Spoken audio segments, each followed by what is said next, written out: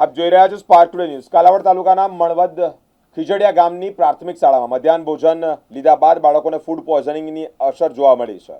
ગામના લોકોએ તાત્કાલિક કાલાવડ સરકારી હોસ્પિટલ ખાતે લઈ જઈ અને દાખલ કર્યા છે। અંદાજિત 10 થી વધારે બાળકોને અસર થઈ હોય તેવી પ્રાથમિક ધોરણે માહિતી સામે આવી છે। કાલાવડ તાલુકાના મણવદ ખીજડીયા ગામનો હું રહેવાસી છું। મારું નામ જાડેજા કૃપાલસિંહ મહિપતસિંહ। મારા ભાગ્યને સવારે ફોન આવ્યો હતો મને કે છોકરાને મજા નથી, તો હું ત્યાં વાડીએ જઈને જોયું અને એને અહીંયા અત્યારે હોસ્પિટલે લઈને આવ્યો તો હોસ્પિટલે ખબર પડી કે સ્કૂલે જ્યારે એને મધ્યાહન ભોજનનું કંઈ વસ્તુ જમ્યા પછીની તકલીફ આ થઈ છે, બરાબર છે। કાલ સાંજ પછીથી આ બધું ચાલુ થયું હતું, ઉલટી અને ઝાડા। અત્યારે કાલાવડ તાલુકાની સરકારી હોસ્પિટલે છોકરાઓને દાખલ કર્યા છે।